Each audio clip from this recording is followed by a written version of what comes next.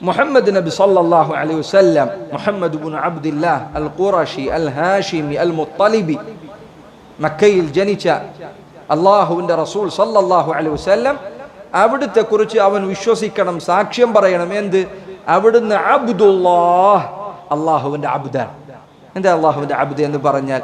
അള്ളാഹുവിൻ്റെ അടിമയാണ്, അള്ളാഹുവിനെ ഇബാദത്ത് ചെയ്യുന്നവനാണ്. അതാണ് അതിൻ്റെ അർത്ഥം. അള്ളാഹു പടച്ചവരാണ്, അവിടുന്ന് സൃഷ്ടാവല്ല, പിന്നെയോ സൃഷ്ടിയാണ്. അവിടുന്ന് ആരാധിക്കപ്പെടേണ്ടവനല്ല, പിന്നെയോ ആരാധിക്കുന്നവനാണ്.